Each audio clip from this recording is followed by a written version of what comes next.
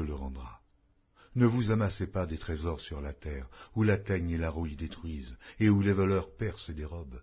Mais amassez-vous des trésors dans le ciel, où la teigne et la rouille ne détruisent point, et où les voleurs ne percent ni ne dérobent. Car là où est ton trésor, là aussi sera ton cœur. L'œil est la lampe du corps. Si ton œil est en bon état, tout ton corps sera éclairé. Mais si ton œil est en mauvais état, tout ton corps sera dans les ténèbres. Si donc la lumière qui est en toi est ténèbre, combien seront grandes ces ténèbres?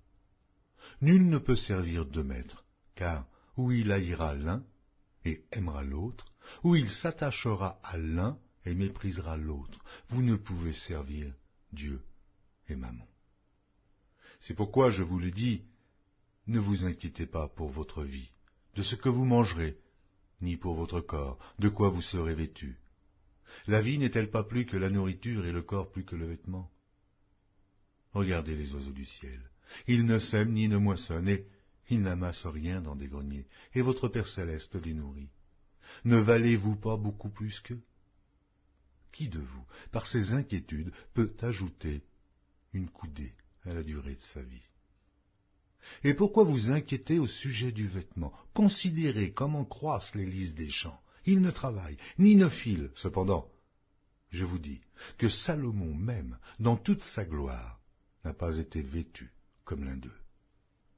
Si Dieu revêt ainsi l'herbe des champs qui existe aujourd'hui et qui demain sera jetée au four, ne vous vêtira-t-il pas à plus forte raison, gens de peu de foi?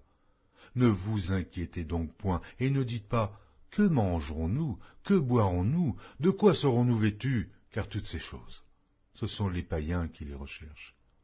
Votre Père céleste sait que vous en avez besoin. Cherchez premièrement le royaume et la justice de Dieu, et toutes ces choses vous seront données par-dessus.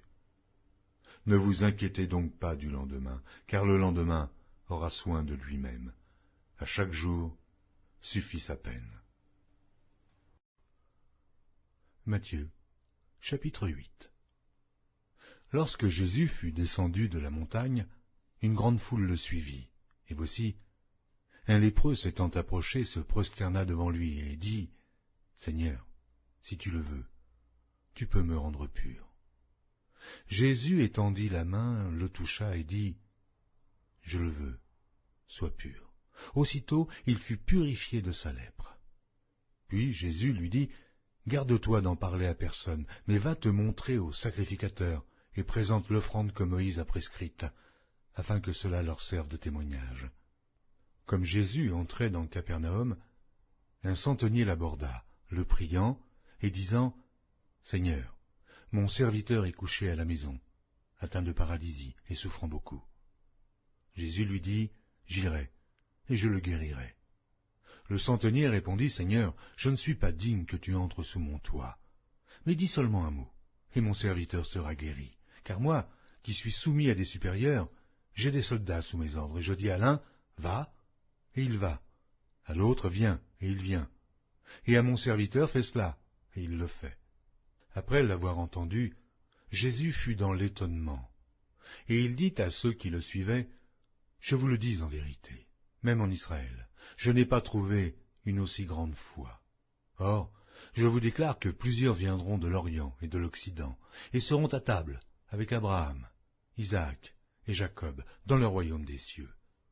Mais les fils du royaume seront jetés dans les ténèbres du dehors, où il y aura des pleurs et des grincements de dents. » Puis Jésus dit au centenier, « Va, qu'il te soit fait selon ta foi. » Et à l'heure même, le serviteur fut guéri.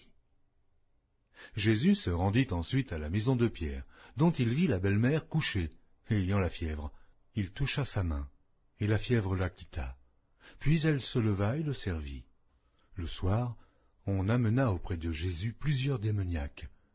Il chassa les esprits par sa parole, et il guérit tous les malades, afin que s'accomplît ce qui avait été annoncé par Ésaïe le prophète. Il a pris nos infirmités, et il s'est chargé de nos maladies. Jésus, voyant une grande foule autour de lui, donna l'ordre de passer à l'autre bord. Un scribe s'approcha et lui dit, « Maître, je te suivrai partout où tu iras. »